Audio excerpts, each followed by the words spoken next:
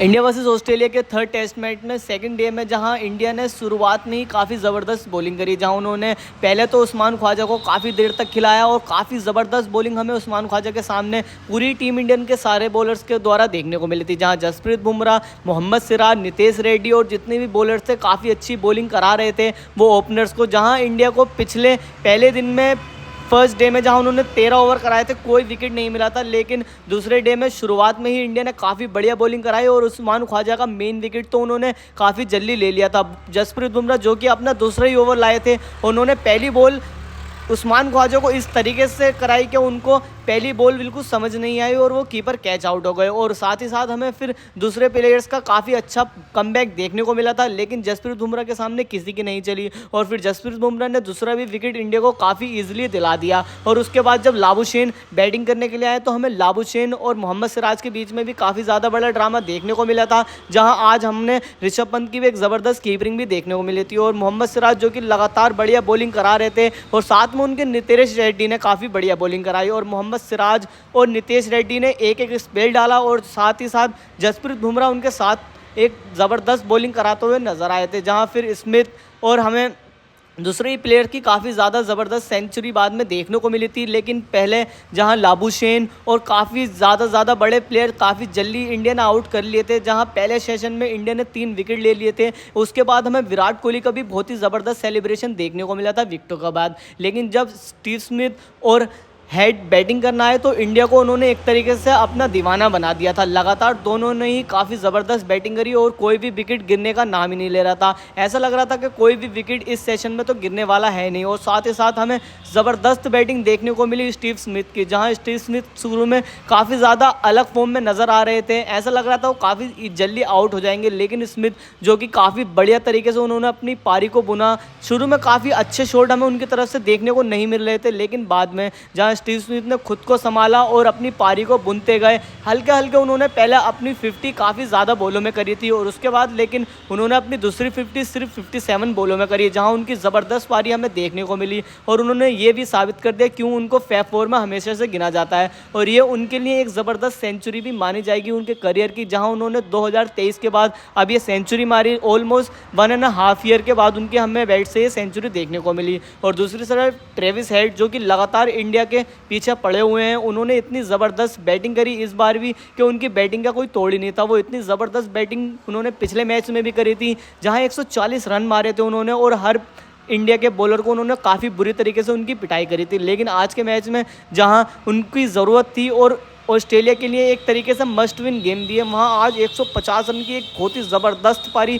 हमें हेड के द्वारा देखने को मिली, जहाँ हेड इंडियन बॉलर्स की इस तरीके से पिटाई कर रहे थे कि ऐसा लग रहा था कि वो आज आउट ही नहीं होंगे। उन्होंने जडेजा, जसप्रीत बुमराह, नितेश रेड्डी और सारे ही प्लेयर्स को इतने बुरे तरीके से धोया और लगातार वो ऐसे ऐसे शॉट मार रहे थे कि कोई सोच भी नहीं सकता कोई प्लेयर टेस्ट में ऐसा खेल भी सकता है। और जहाँ पिछले मैच में वो 140 रन पर आउट हुए थे और बहुत ही बड़ा टारगेट उन्होंने पिछली बार भी दिया था और लगातार ऑस्ट्रेलिया के लिए अच्छा तो वो कर ही रहे हैं। और आज के मैच में भी उनकी बैटिंग इतनी ज़बरदस्त थी कि किसी भी इंडियन बॉलर को ये समझ में नहीं आ रहा था कि उनको किस तरीके से आउट करा जाए। और ट्रेविस हेड लगातार हर बॉलर की काफ़ी ज़्यादा पिटाई कर रहे थे और ट्रेविस हेड ने मेन टारगेट बनाया अपना मोहम्मद सिराज को। और आपको पता ही है कि मोहम्मद सिराज और ट्रेविस हेड के बीच में काफ़ी ज़्यादा अनबन देखने को मिली थी पिछले मैच में और काफ़ी ज़्यादा कंट्रोवर्सी भी हुई थी। लेकिन आज जैसे ही ट्रेविस हेड के सामने मोहम्मद सिराज आए, मोहम्मद सिराज को इतने बुरे तरीके से ट्रेविस हेड ने आज हर ओवर में 1-2 चौके लगाए और काफ़ी ज़्यादा स्ट्राइक रेट से वो सिराज के ऊपर खेल रहे थे। और सिराज जो कि लगातार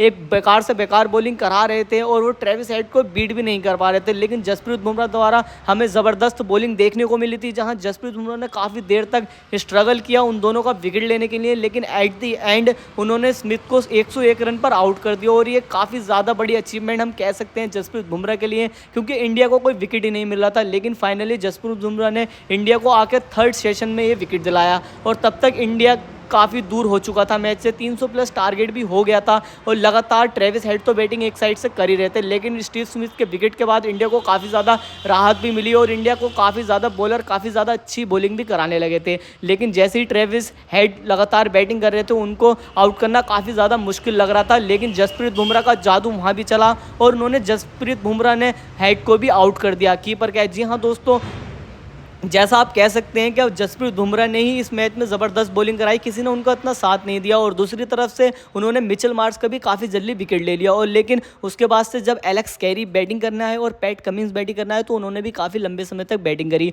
और इंडिया को वो भी विकेट नहीं दे रहे थे। और जहाँ फिर फाइनली मोहम्मद सिराज ने भी अपना एक विकेट लिया और काफ़ी ज़्यादा पिटे। आज 4 से ज़्यादा के औसत से उन्होंने रन दिए सारे ओवर्स में और काफ़ी ज़्यादा पिटाई भी हुई उनकी, लेकिन एट दी एंड उन्हें इतनी ज़्यादा मेहनत के बाद उनको एक विकेट मिल गया। और रविंद्र जडेजा, नितेश रेड्डी, आकाशदीप, इन सब को ये सब विकेट लेस रहे और इतनी ज़्यादा बेकार बॉलिंग तो हमें जडेजा की तरफ से देखने को मिली। और ट्रेविस हेड ने जडेजा को इस तरीके से मार रहे थे जैसे T20 मैच में कोई प्लेयर किसी को मारता है, और लगातार हर ओवर में जडेजा के वो एक छक्का एक चौका ले ही रहे थे। और ज़बरदस्त बैटिंग हमें ट्रेविस हेड की उनके ओवर में देखने को मिली, जहां उन्होंने आज 6 की औसत से रन दिए एक टेस्ट मैच में, जहां उन्होंने बहुत ही ज़्यादा जडेजा को छोड़ के सारे प्लेयर ने बहुत ही बुरी बॉलिंग कराई। लेकिन आज जहां हम कह सकते हैं इस मैच के मेन पॉइंट रहे ट्रेविस हेड स्मिथ, जिन्होंने आज ऑस्ट्रेलिया को 400 प्लस रन का एक टारगेट दे दिया है। और 400 प्लस रन काफ़ी ज़्यादा होते हैं किसी भी टीम के लिए। अब शायद से अभी उन्होंने ये अभी अपनी पारी डिक्लेयर नहीं करी है, लेकिन ऐसा हो सकता है कि कल वो पारी डिक्लेयर करके और कल इंडिया खेलना है। लेकिन आज के पूरे दिन में ऑस्ट्रेलिया ने डोमिनेट करा। फर्स्ट सेशन कहाँ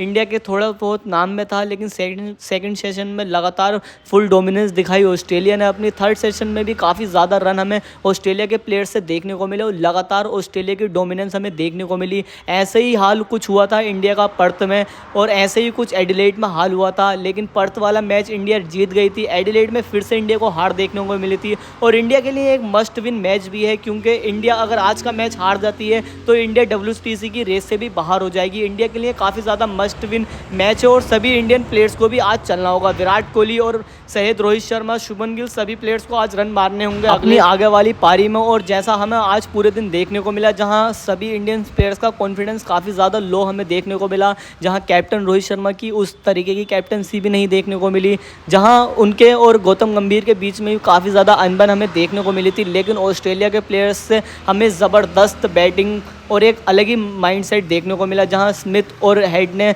बिल्कुल इंडिया की उम्मीदों को पानी फेर दिया है। अब देखना होगा कि इंडिया किस तरीके से अपनी इनिंग स्टार्ट करता है, किस तरीके से वो हैंडल करते हैं 400 प्लस रन का टारगेट। अब इंडिया को ऑलमोस्ट कम से कम 500 रन देने होंगे ऑस्ट्रेलिया को लिए, जहां वो इस मैच के बारे में जीतने की सोच सकते हैं, वरना ये मैच ज़्यादातर ड्रॉ के चांस की तरफ को इंडिया ने अगर ये मैच ड्रॉ कर दिया तो भी उनके लिए प्रॉफिट है। लेकिन अगर ये इंडिया किसी भी हाल में मैच हार जाता है तो वो WTC की रेस से बाहर हो जाएगा, और इसी की टेंशन में हमें सारे प्लेयर्स नज़र आए थे। इसी की वजह से उनके ऊपर ज़्यादा से ज़्यादा प्रेशर पड़ रहा है और देखते हैं अब क्या रहेगा। तो आज की इस हाईलाइट पे और आज के इस इंडिया के पूरे परफॉर्मेंस पे आप लोगों की क्या राय है, अपनी राय हमें कमेंट में ज़रूर बता कर जाना दोस्तों, और इस वीडियो को लाइक शेयर ज़रूर कर देना।